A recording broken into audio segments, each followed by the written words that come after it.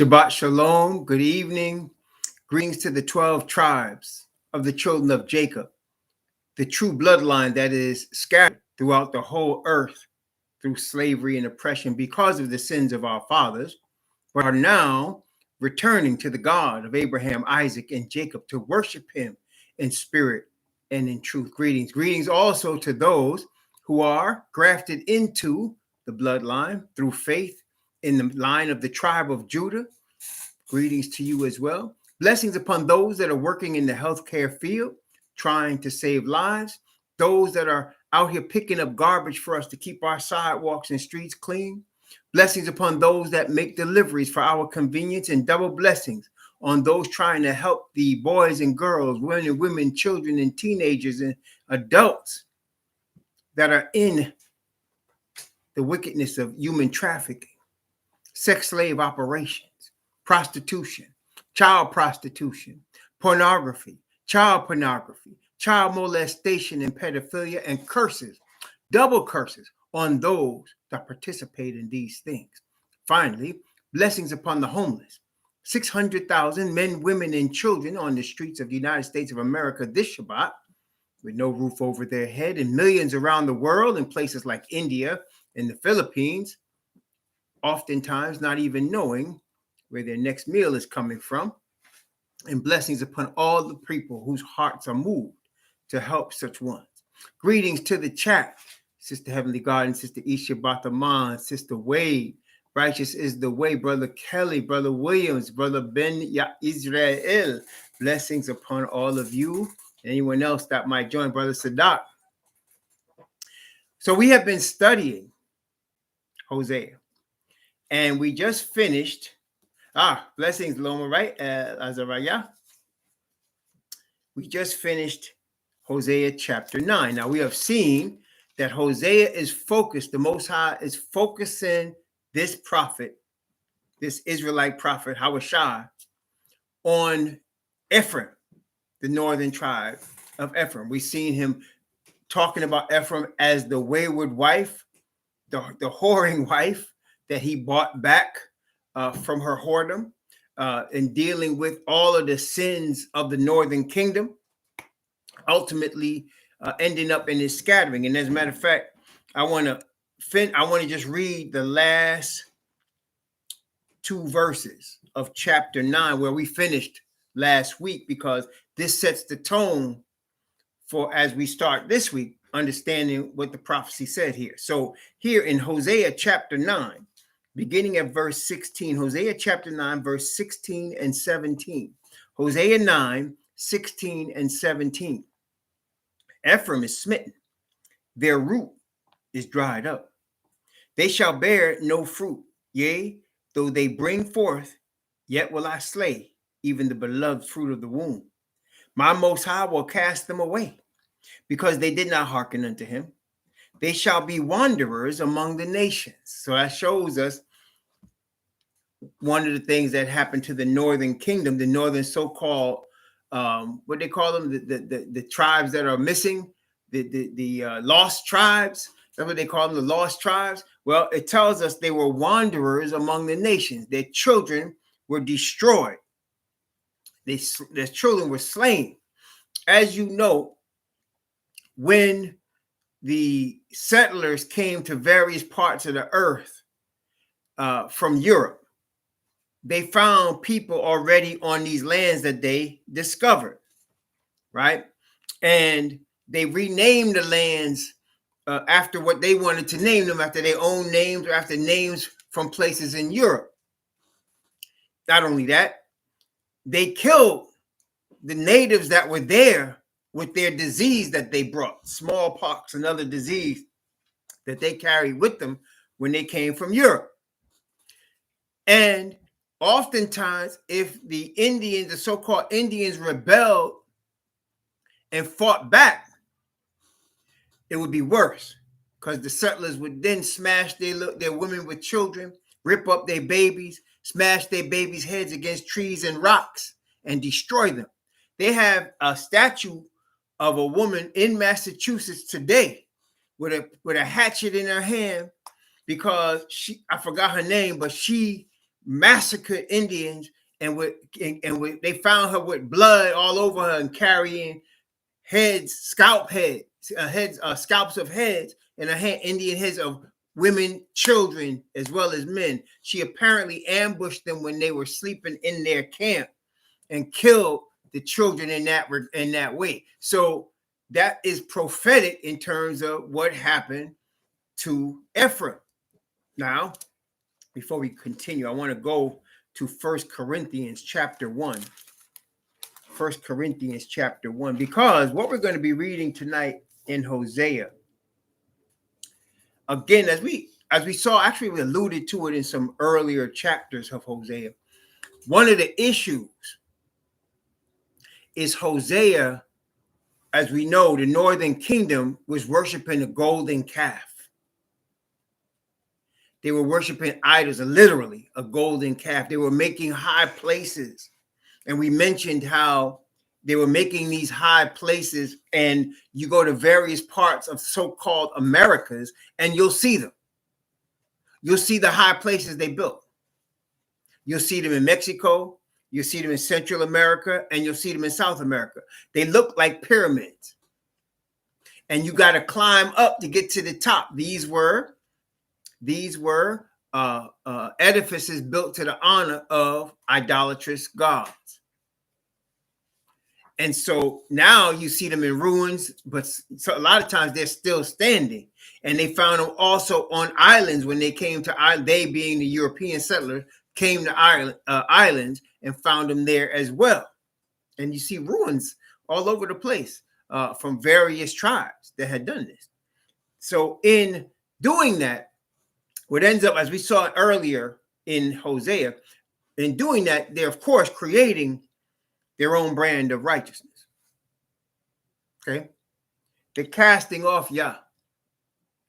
And they're creating their own brand of righteousness. Also, I want to just mention to you that when we see, for example, Ephraim in the book of Hosea, and of course, Judah in Jeremiah and Ezekiel, when you see the punishments of Yah's chosen people, this is a prelude to the punishments that the nations are going to be dealing with in our time.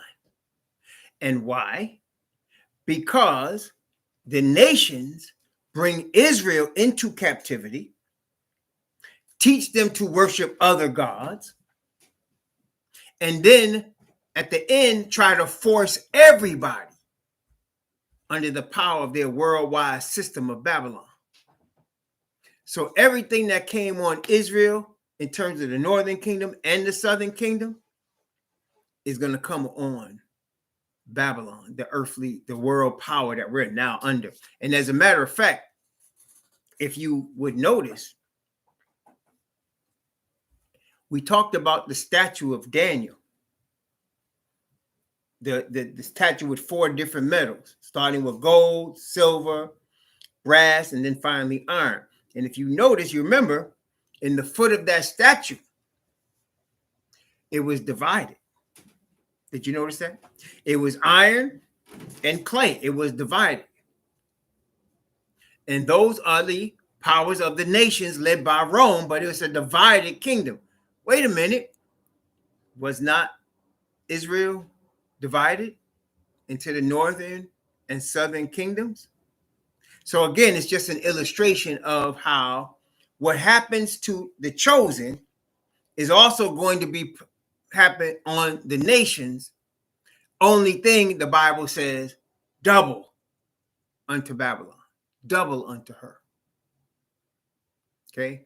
And this is the blessing of the chosen people. Also, one more thing before we read 1 Corinthians. There's an operation of, I want to call it salvation, an operation, and I'm not trying to rhyme, do it by accident, but there's an operation of salvation. And how does that operation of salvation work according to the word? Well, the sinner is drawn by the Father's Spirit to repentance. the sinner is drawn by the Father's Spirit to repentance, right? Messiah then speaks on behalf of that repentant sinner. And Messiah becomes righteousness to the Father on behalf of the repentant sinner. While he is righteousness before the Father representing the repentant sinner, he is also distributing Father's spirit of righteousness on the repentant sinner. And that's the process by which a day comes when the repentant sinner is sealed. That process is an ongoing process. As long as the repentant sinner is repentant and is seeking Father Yah through Messiah, Messiah becomes our righteousness to the Father. And at the same time, he becomes the distributor of Father's Spirit to us till the day comes when we are sealed. Now, of course, we're talking about Messiah, who is the Lion of the tribe of Judah, so we understand it's to the Jew first. Messiah is not a high priest to everybody. Just like Aaron, the Levite, was a sign of Messiah, and Aaron was not a high priest to the world. Aaron was a high priest to the 12 tribes of Israel. And so Messiah is the high priest to the 12 tribes of Israel, and through the knowledge given to Israel, to the Gentiles as well. So to the Jew first, and also to the Gentile. 1 Corinthians chapter 1. 1 Corinthians chapter 1. I'm going to start at verse 17. 1 Corinthians chapter 1, verse 17. Here's another controversial subject. Shouldn't be controversial, but it's been controversial because of the brainwashing that the Hebrews have suffered at the hands of Christians. Let's take a look in 1 Corinthians chapter 1, beginning at verse 17. For Messiah sent me not to baptize, but to preach the gospel, not with wisdom of words, lest the cross of Messiah should be made of none effect. Now, in the New Testament, the Apostle Shaul or Paul often speaks of the cross. So much so that Christians have symbols of crosses everywhere. But I want to tell you something. The Apostle Paul was not speaking of the cross so that we can make symbols out of the cross. How do we know that? How do we know that from the word that that's definitely something that I'm telling you is true, that he did not continually speak of the cross for people to make symbol of it, to have piece, wood on it, to wear it around their neck, put it on their buildings of worship. So how do we know that he did not speak of the cross for that purpose? The Bible says the first commandment, again, in the covenant to the Israelites is, thou shalt have no other gods before me. Thou shalt not make unto thee any graven image or any likeness of anything that is in heaven above, or in the earth beneath, or in the water under the earth. Thou shalt not bow down thyself to them, nor serve them. Thou shalt not make unto thee any graven image.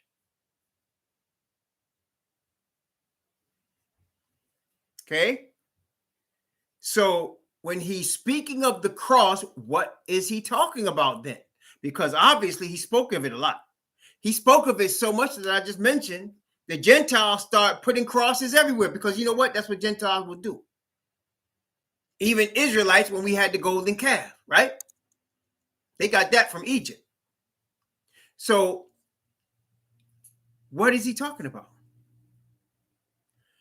What is he talking about? He's talking about Messiah allowing himself to be humiliated, humbling himself to death. That's what the cross represented. A humility to death. Him being the Son of the Most High, the only begotten Son of the Most High, who is entitled to the adoration and worship of angels and the earth, who is soon to be King of Kings and Lord of Lords, humbling himself to save Israel. And then through Israel, the earth. That's why he keeps mentioning the cross. It was the Hebrew Messiah, the Hebrew anointed of all anointings, humbling himself to become low, to die an ignominious death or a shameful death, the death of a thief, in order to save Father Yah's people. That's why he keeps mentioning the cross. Let's continue reading. 1 Corinthians chapter 1, let me read from verse 18 down to verse 24.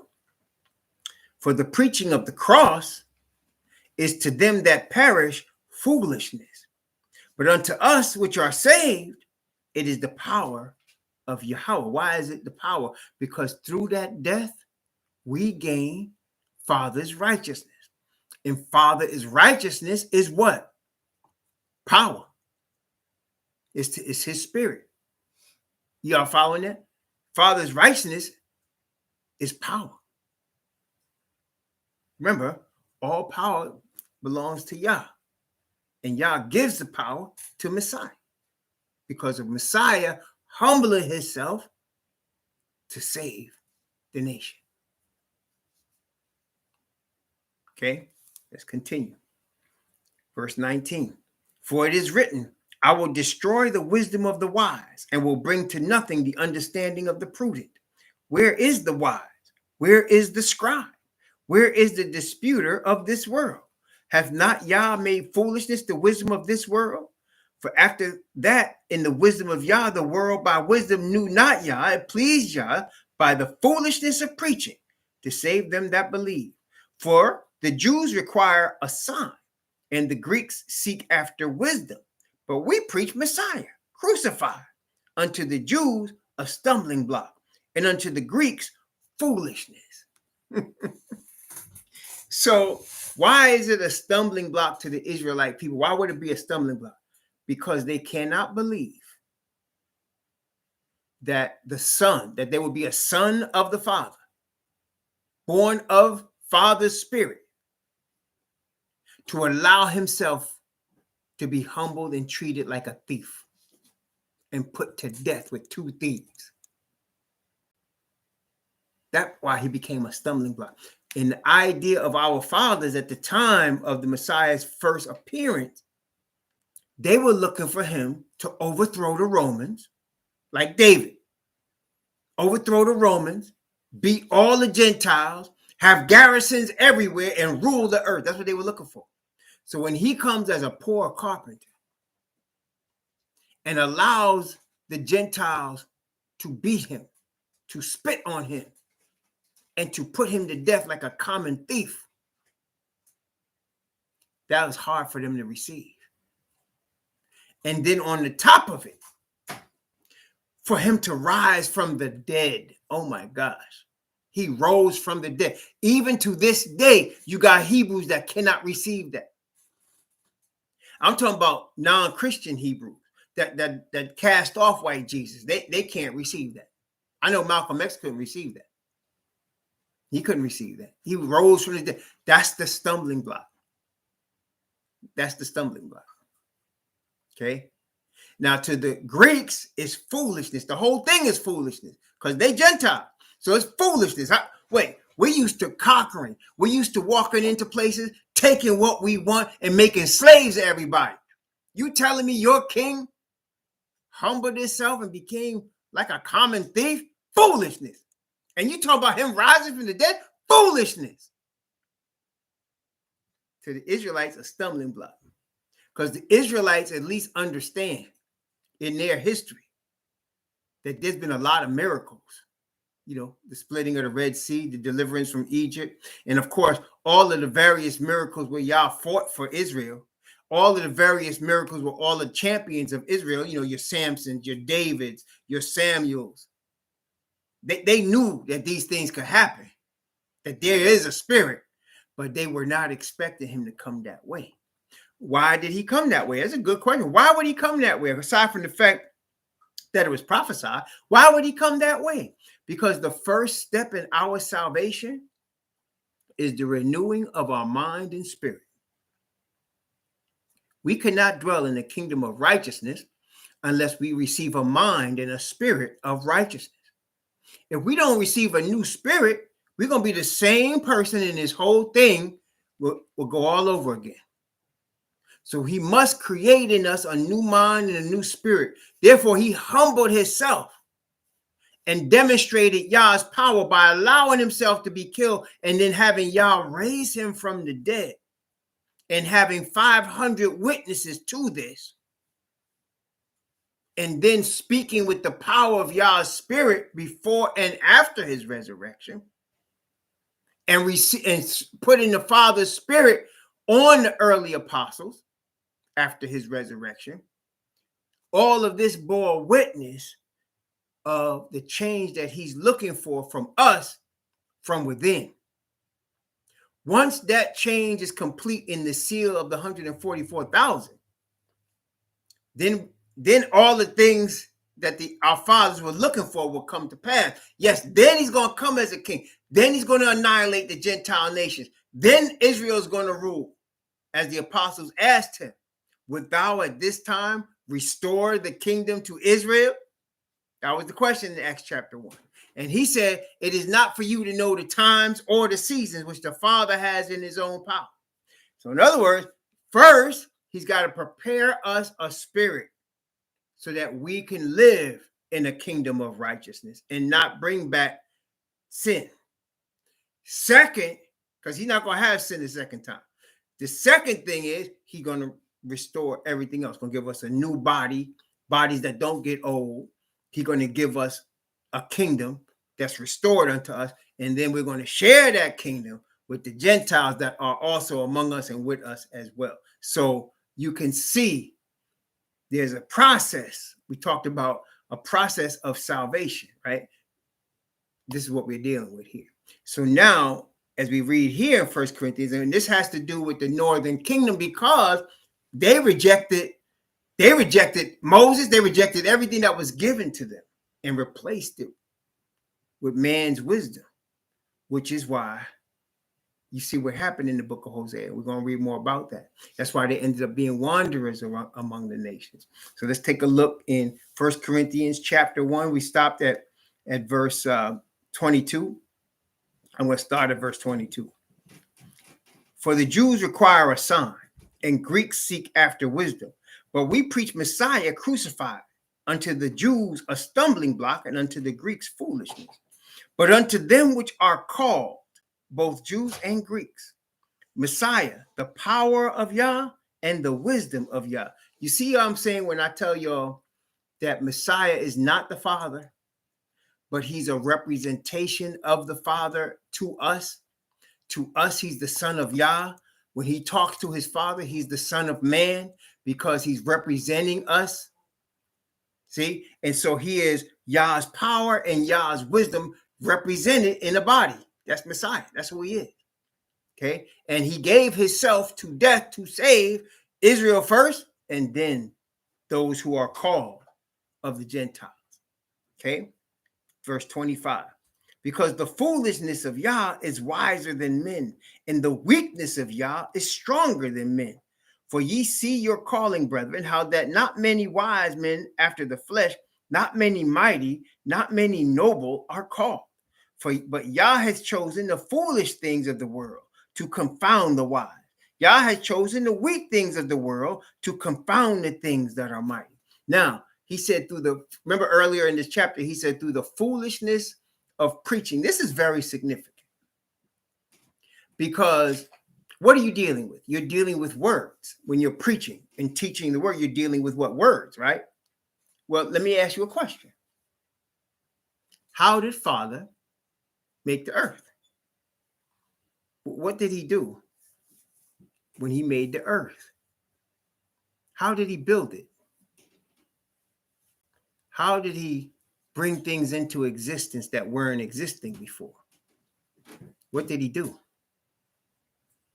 Father spoke. Father spoke it into existence. So wait, so he has his servants preach and teach. What do? They speak. You see what I'm saying? So Father spoke the world into existence. And he did with everything that except one thing. With man, he did not speak man into existence. What did he do? He formed man. And what else? He breathed into man. So what happens now? His servants speak. And when a person is born again, what happens? Father remakes the man. And what did he do? Breathe into him his spirit. So he uses men who are reformed sinners. What does the Bible say about the 144,000? They were redeemed from among men. That's what it says. They were redeemed from among men. So he uses, and who are the 12 apostles? Did not the scribes and Pharisees said these what? Were unlearned and ignorant men? So he uses plain people, common everyday people, who the world would not look at and say something is special about them, just like they would not look at Messiah. He said there was nothing physically attractive about him. He was like a root out of a dry ground. Yet there was power. What did they say about Paul? He said his bodily physical is small and he looked weak, but his words are with power.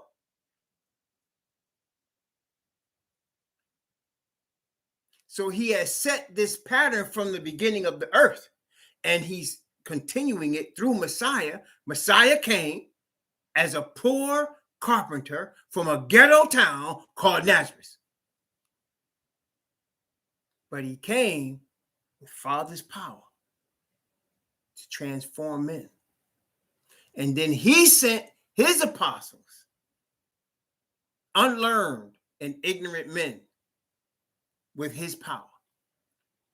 And then the 144,000 are redeemed from where? From among men. See, that's why I can tell you right now, those famous people, no, that's not any of his. These celebrities, no, that's not any of his. Here's what would happen if a celebrity actually received the truth.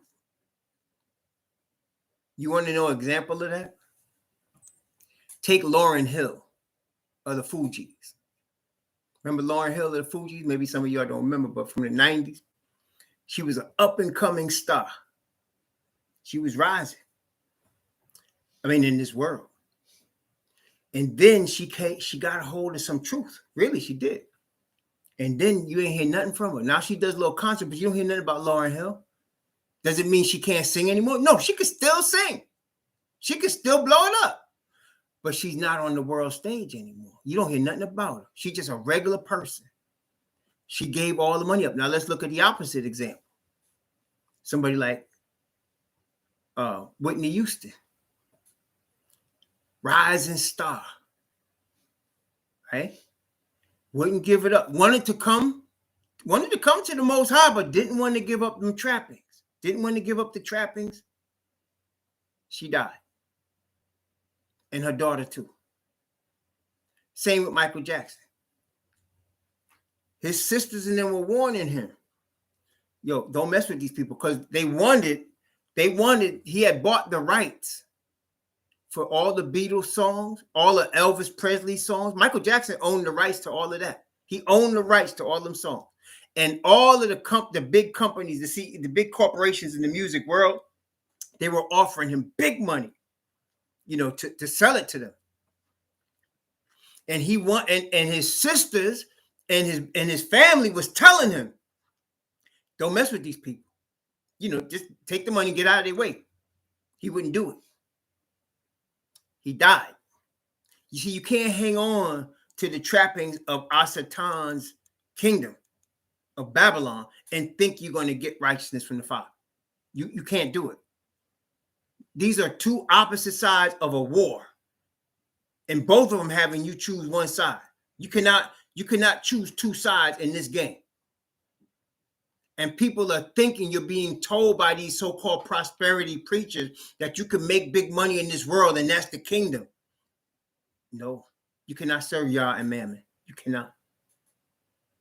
That's why I tell people, I say it like this: if you're gonna go for the money, go get it. Just give up the work and give up later king. And people have done it. Give up later king. Go serve Asatan, and he gonna bless you.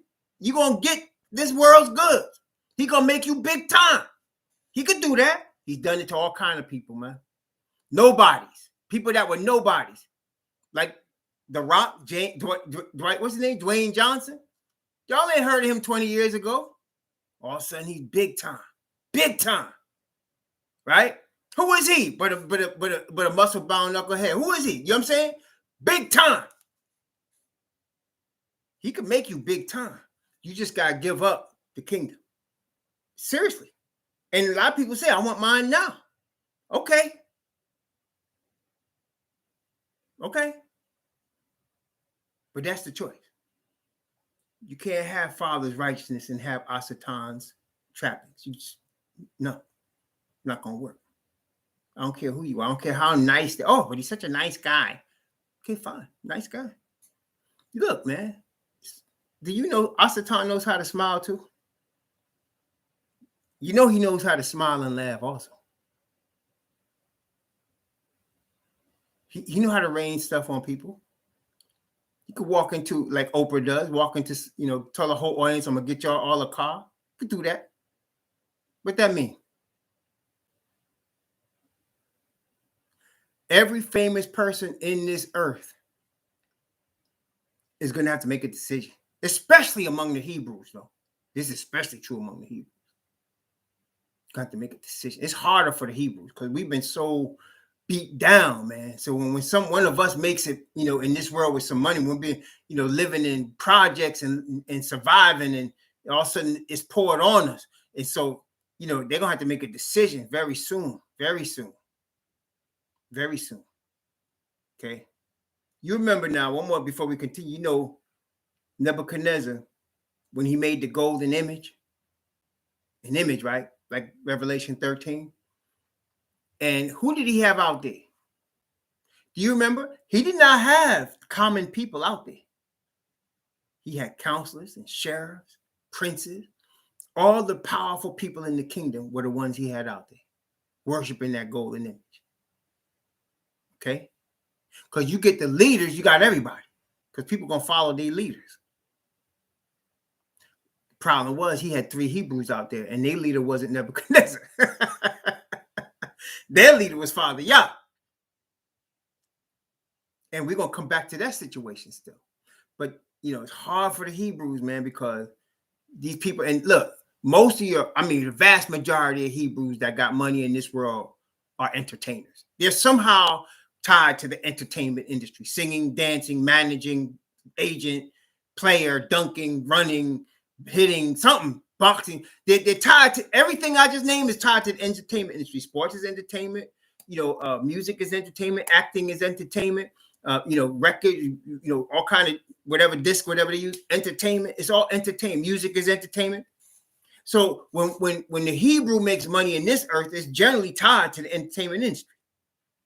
Okay, so they're going to have to decide, they want to be rich and famous in entertainment, or No, it's going to come down to that. A lot of brothers going to have to give up. You're not going to say a lot, do it though, but brothers are going to have to give up all to come to this truth. All. That's going to be hard. That's why you know it's a spirit.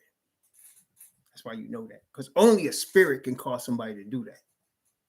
Okay? Only a spirit can cause somebody to do that. Let's continue. 1 Corinthians chapter 1. So Messiah is the power and the wisdom of the Father. Verse 25. Because the foolishness of Yah is wiser than men, and the weakness of Yah is stronger than men. For ye see your calling, brethren, how that not many wise after the flesh, not many mighty, not many noble are called. But Yah has chosen the foolish things of the world to confound the wise. Yah has chosen the weak things of the world to confound the things which are mighty. The base things of the world and the things which are despised hath Yah chosen. Yea, things which are not, to bring to naught things that are, that no flesh should glory in his presence.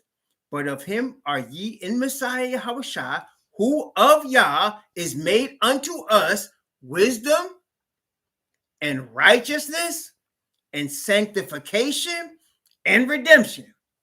That's Messiah to all of us, because he represents all of that on our behalf to the Father. If he didn't, we could not be saved. That's why I tell people that get caught up in this whole cross foolishness, it's like this. It's more than just the cross. That was a huge part, but that's not it. Messiah had to be born without sin. Messiah had to be son of man and son of Yah. Messiah had to live in this earth without sin before the Father with no intercessor.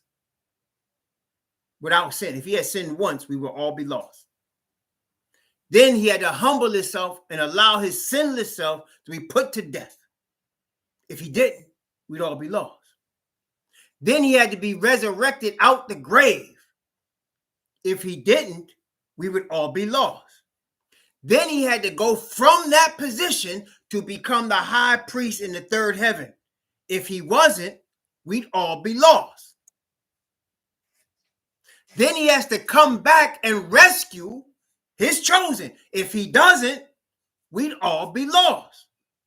You need every step I just named to get salvation. If you're missing a step, forget it. We'd all be lost. It ain't just the cross. You need all of that. You need the birth, the life, the death, the resurrection, the priesthood, and then the rescue as the king. You need all of that, or we'd all be lost. All of that is ordained from Father Yah. You need every step. Can't miss a step. And so he represents Father to us in all these areas: wisdom, righteousness, sanctification, redemption. Verse 31, that according as it is written, that's Jeremiah. He's quoting Jeremiah. He that glories, let him glory in Yahweh. I love the Apostle Paul because he's always quoting the prophets and he's showing you what the prophets are supposed to say. He's telling you what the prophets are saying. See? But those without Messiah don't understand Messiah, not going to understand that. And those that are not Hebrews that are trying to create a Christian religion from Gentiles are not going to understand it either. This Hebrew is bringing it. He's bringing the prophets and he's telling you about the Messiah. Okay, that brings us to our fathers of the northern kingdom of Ephraim. Hosea chapter 10. Our brothers of the ancient times, our bloodline that also went into captivity. And all of us, southern kingdom of Judah and the northern tribes, I like to say, are going to be delivered by our cousin. Who represents Father Yah. We're going to be delivered by our cousin. Praise the Most High. All right, here we go. Hosea chapter 10, beginning at verse 1. Israel, Yasha'al, is an empty vine. He bringeth forth fruit unto himself. According to the multitude of his fruit, he hath increased the altars. According to the goodness of his land, They have made goodly images. Their heart is divided. Now shall they be found faulty. He shall break down their altars. He shall spoil their images. So it says the more they felt blessed, the more they worshiped images. And he said they worship a multitude of altars and goodly images. We talked about how you found these Gentiles, when they went all through the earth, taking over, according to Bible prophecy, children of Yafet, they went all through the earth, subduing the earth, as Daniel showed us in Daniel chapter 7. They went all through the earth, subduing the earth, every corner. They found people. They found people there already. And all the time, they had some images. They had some altars already there. Okay, already there.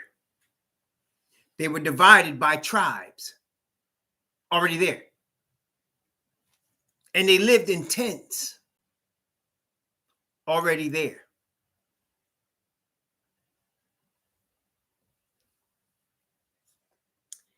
And of course, they were broke down. Their altars were broke down. Their images were spoiled. Started in Ephraim, in the land. Spread as wanderers throughout the earth.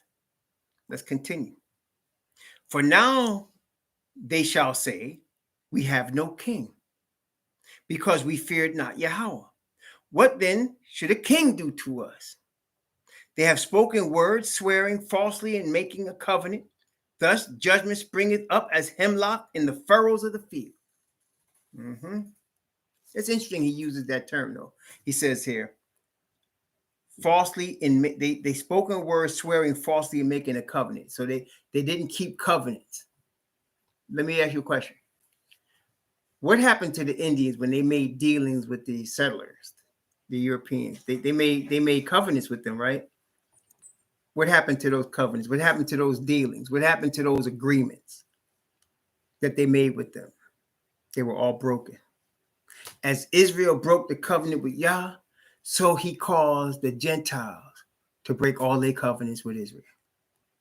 Again, it's full circle, isn't it? It's always full circle, brethren. It's always full circle. From the beginning to the end, always full circle, man. Praise the Most High. Let's continue. Chapter 10 of Hosea, verse 5. The inhabitants of Samaria shall fear because of the calves of Bethaven. That's the two golden calves that they put out there. For the people thereof shall mourn over it, and the priests thereof that rejoiced on it for the glory thereof, because it is departed from it. So they had two. They had one in Dan, and they had one in Shiloh. They had one in Dan and one in Shiloh. Shiloh was the capital of Ephraim, and then they had one in Dan. And between the two, they had the calves. They worshiped the calves. And they said, they're fear because of their calves, and they're mourn over it. They're mourning over their idols. But check this out. What happens next? Look, verse 6. It shall be also carried unto Assyria for a present to the king of Yarab. Ephraim shall receive shame, and Israel shall be ashamed of his own counsel. Wait, so their images that they worship were taken as gifts and artifacts to the heathen king. Does that sound familiar? In other words, are there any situations where conquerors have come and destroyed people and taken their things, their weapons, the things they worship, as artifacts? Has that happened? What did they do with those artifacts? They call them museums. You're right. You see museums. It's not just dinosaurs they put in there. It's not just Egyptian things which they stole that they put in there. But you see ancient Indian artifacts. Matter of fact, that's how one of the ways we know that the Indians spoke Hebrew. They found writings on tablets in Paleo Hebrew in the United States that they found from Indians that had been slaughtered here. Y'all see that?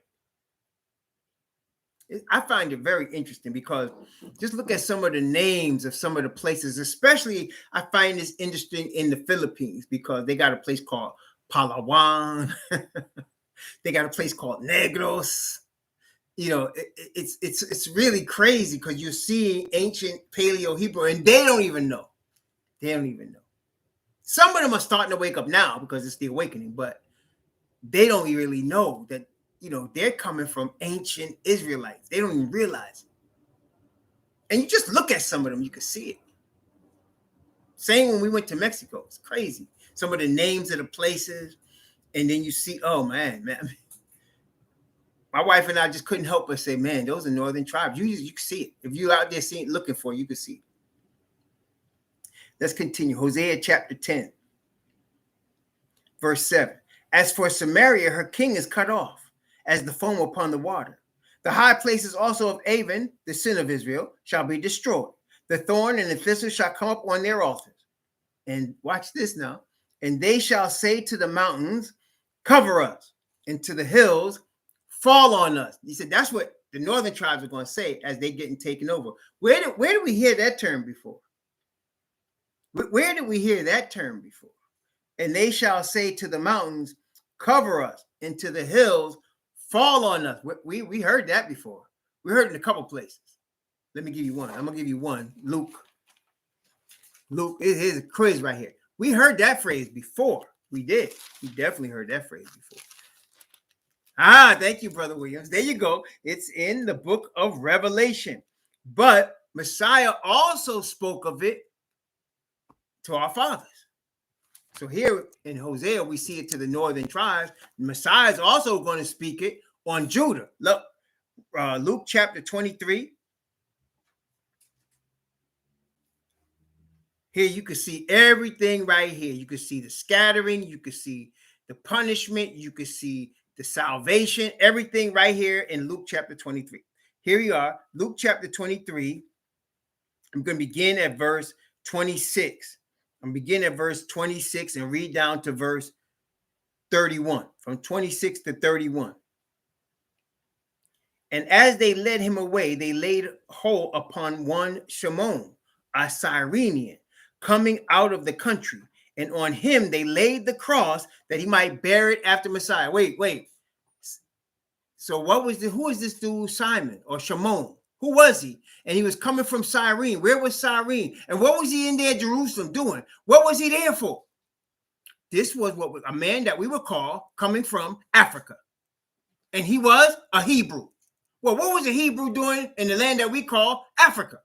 He had already been scattered there. How many times they've been scattered? They'd already been scattered all over the earth. So he's coming from Africa. He's coming to Jerusalem to worship at the Passover at Jerusalem, as all Hebrews would do. And they lay hold on this brother, and they said, you carry this cross. Well, brethren, have we not been carrying crosses ever since? Have not, and look, who laid the cross on him? It was a Roman, a Gentile. Have the Gentiles not been laying crosses on us ever since, brethren? Come on now. Here's a brother coming out of Africa, picking up the cross for his cousin. Come on now. Woo! And it was laid on him by the Gentiles. I'm telling you, you see the whole thing right here. Let's keep going. Verse 27.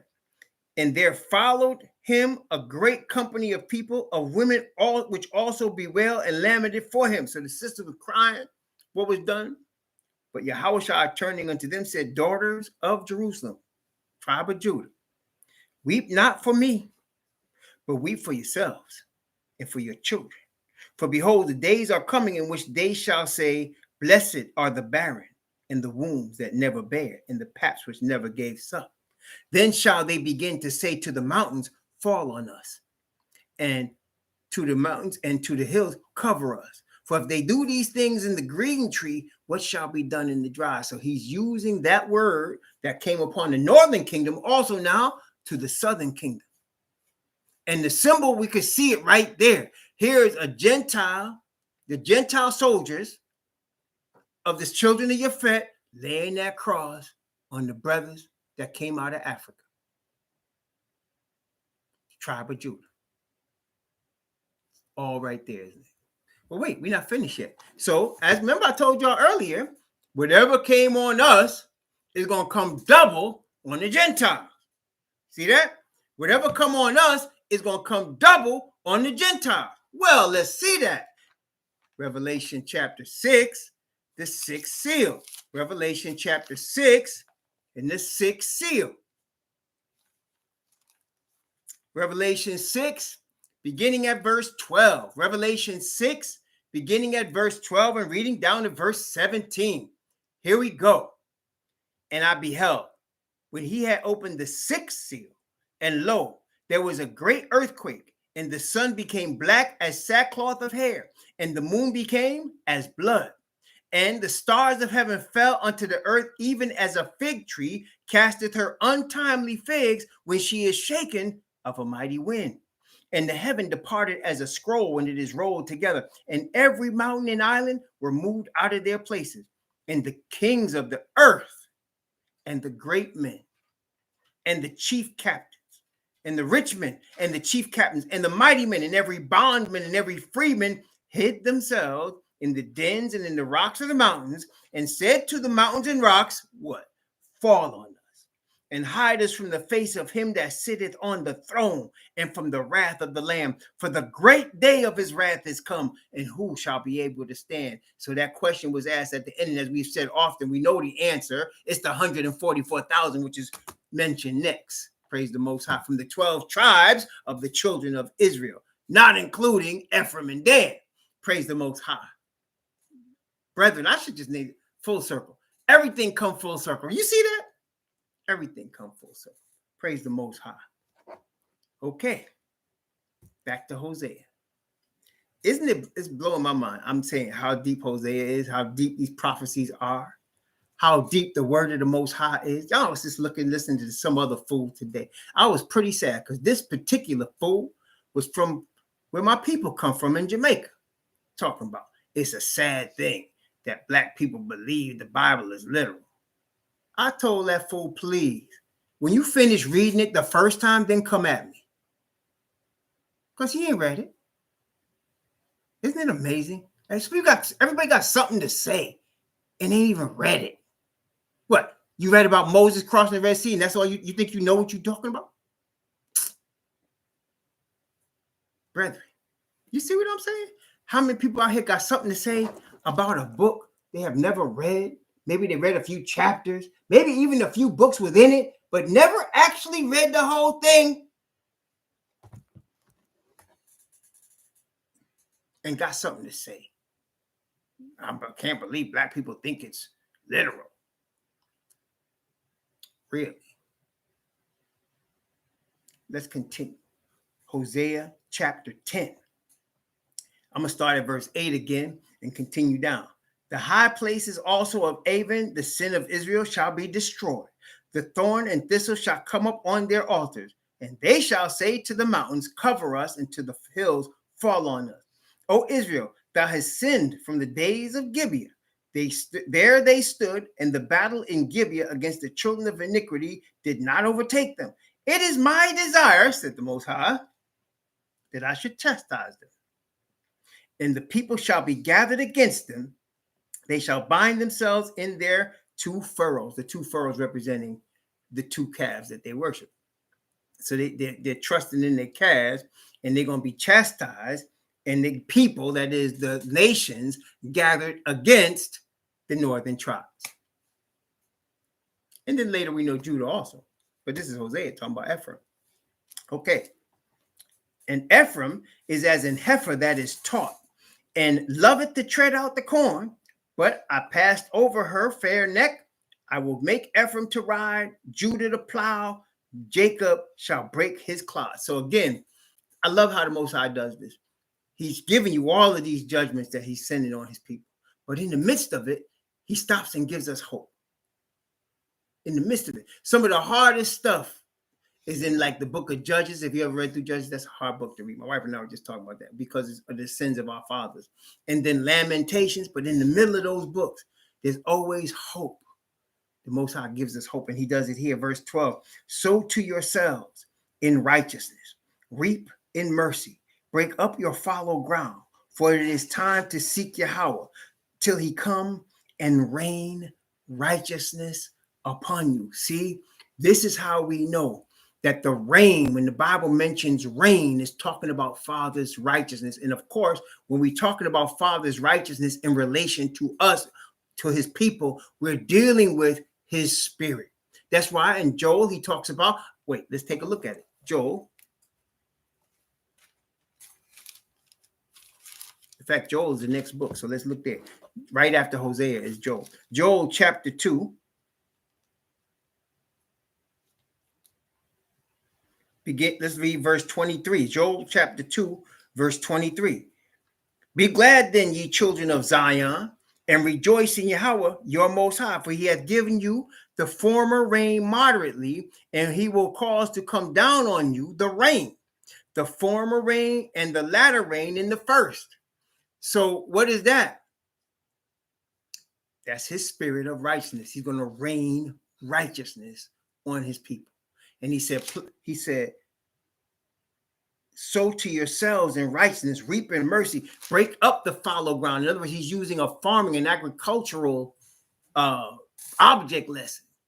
You know, a farmer plants and they sow, and what they need sunshine and they need rain. Okay, they need rain. And he said, I'm going to cause the early rain, the latter rain. Now, the early rain was the apostles. The latter rain is us. We the latter rain is coming on us. Now, one more scripture regarding that, Zechariah chapter 14. And this also has to do with the return of Messiah, as we know, because we studied the feast, did we not? Zechariah chapter 14.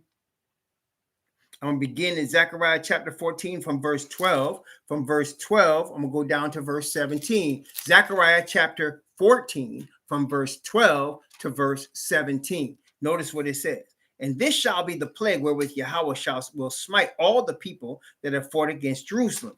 Their flesh shall consume away while they stand upon their feet, and their eyes shall consume away in their holes, and their tongues shall consume away in their mouth. And it shall come to pass in that day that a great tumult from Yahweh shall be among them. And they shall lay hold everyone on the hand of his neighbor, and his hand shall rise up against the hand of his neighbor.